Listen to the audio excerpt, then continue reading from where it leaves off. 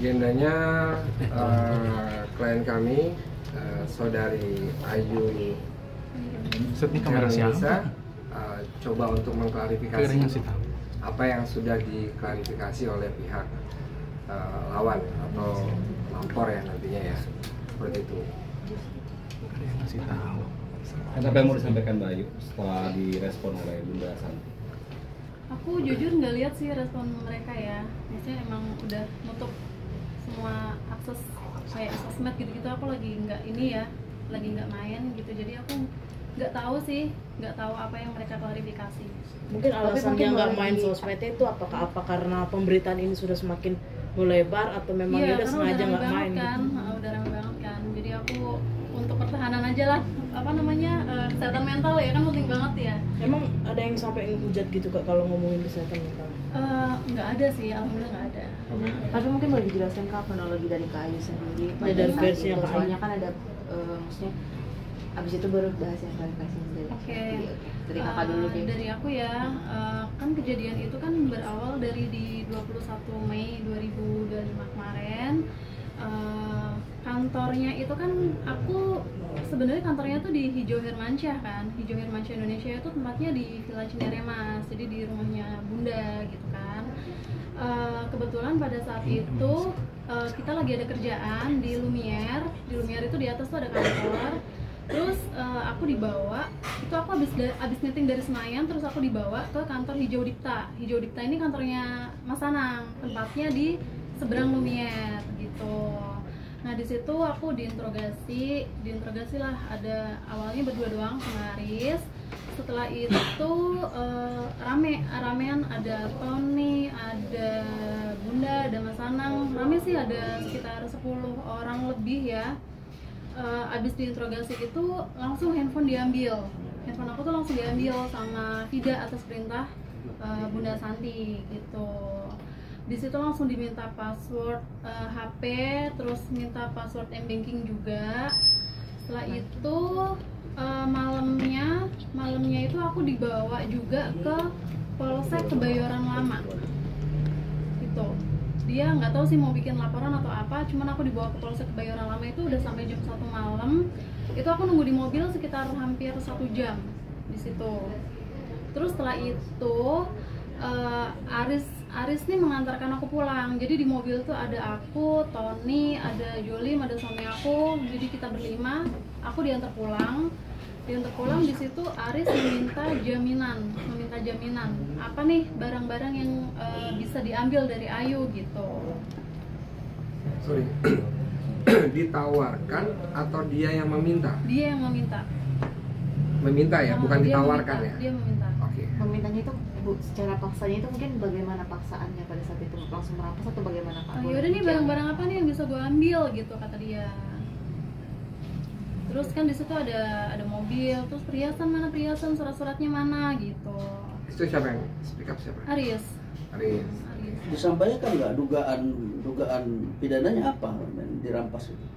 Dugaan pidana Atas dasar apa? Iya. Sebelumnya kan memang ada ini ya, ada apa namanya? Mereka tuh ada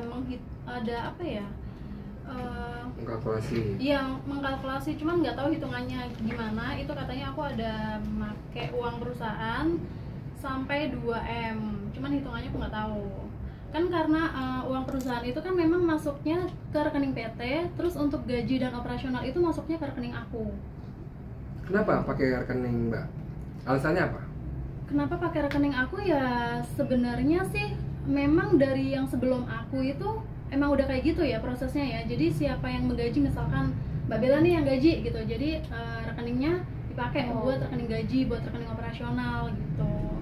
Kalau mungkin sampai kalkulasinya sampai 2M itu dari, maksudnya sejak kapan per kapan? Soalnya kan Kakak udah 8 tahun. Aku 8 tahun, cuman itunya aku nggak tahu dari perkamannya. Dasar ada tuduhan itu tuh apa? Aku nggak tahu sih, karena yang dilapor ke polisian bukan itu. Pihak sebelah juga. Iya.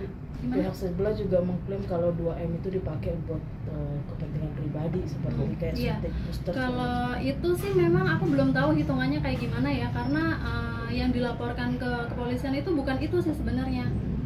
Gitu. Yang dilaporkan apa? Apa yang? Yang dilaporkan itu penggelapan, tapi buktinya itu surat BTN. Surat BTN. Kalau untuk surat pernyataan itu Surat pernyataan yang aku tanda tangan itu ya, 2M itu ya.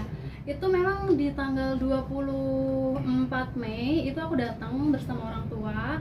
Di situ dia sebenarnya kita ngobrol-ngobrol aja sih, ya kan, ngobrol-ngobrol aja kayak ini gimana nih baiknya gitu. Tapi di situ aku disuruh tanda tangan bahwa aku ini menggelapkan uang perusahaan 2M. Hitungannya juga aku nggak tahu dari mana. Terus pembayarannya di 1 minggu pertama, setelah tanda tangan itu 1M pertama, terus 1M berikutnya itu di 1 bulan kemudian. Tanpa data yang jelas? Iya, tanpa data yang jelas. Pada saat itu kenapa? Menggunakan rekening pribadi itu ada persetujuan nggak? Karena hubungannya dengan pajak nanti. Ada indikasi untuk menghilangkan pajak nggak? Kenapa menggunakan rekening pribadi? Kan PT perusahaan ada.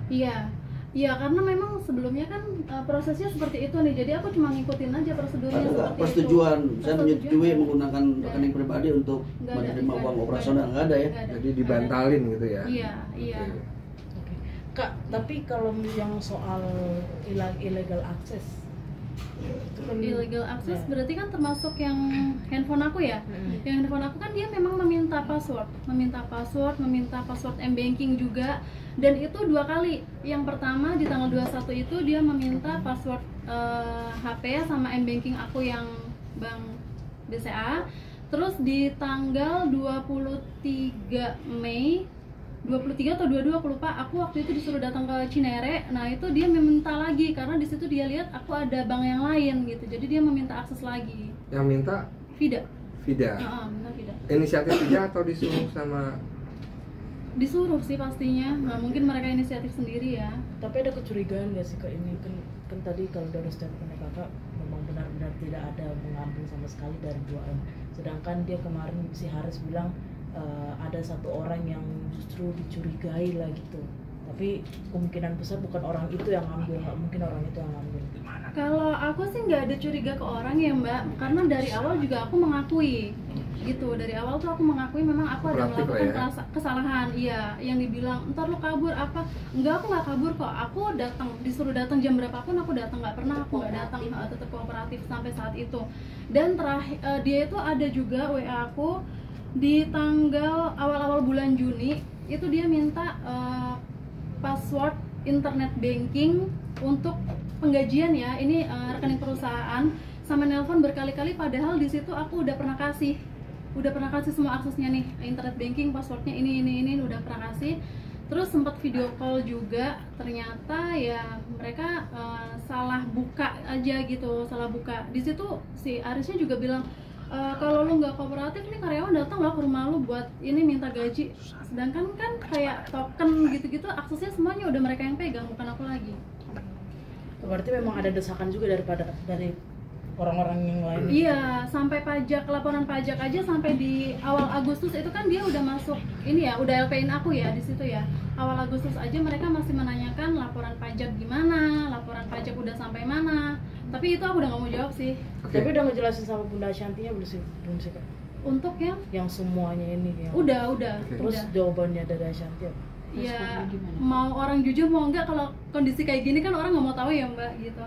Oke, kemarin kan ada klarifikasi yang mereka mengatakan gini, ini siapa yang merampas? Tidak ada perampasan karena ada bukti serah terimanya, ada berita acara ya, ada serah terimanya dari yang bersangkutan. Ini perlu kita klarifikasi lagi ya. Saya tanya Mbak, yang Mbak tulis di sana serah terimanya itu apa? Objeknya apa? Mobil, sertifikat rumah, perhiasan. Oke. Mobil, sertifikat rumah, dan perhiasan. Saya tanya ya, yang klarifikasi kemarin pengacaranya ya. Saya tanya, handphone ada nggak tulis Mbak menyerahkan handphone di sana? Handphone nggak ada sih, diminta langsung soalnya. Oke. Laptop? Nggak ada. Dompet? Nggak ada. KTP? Nggak ada. ATM? Nggak ada. Artinya itu diambil paksa sama mereka ya?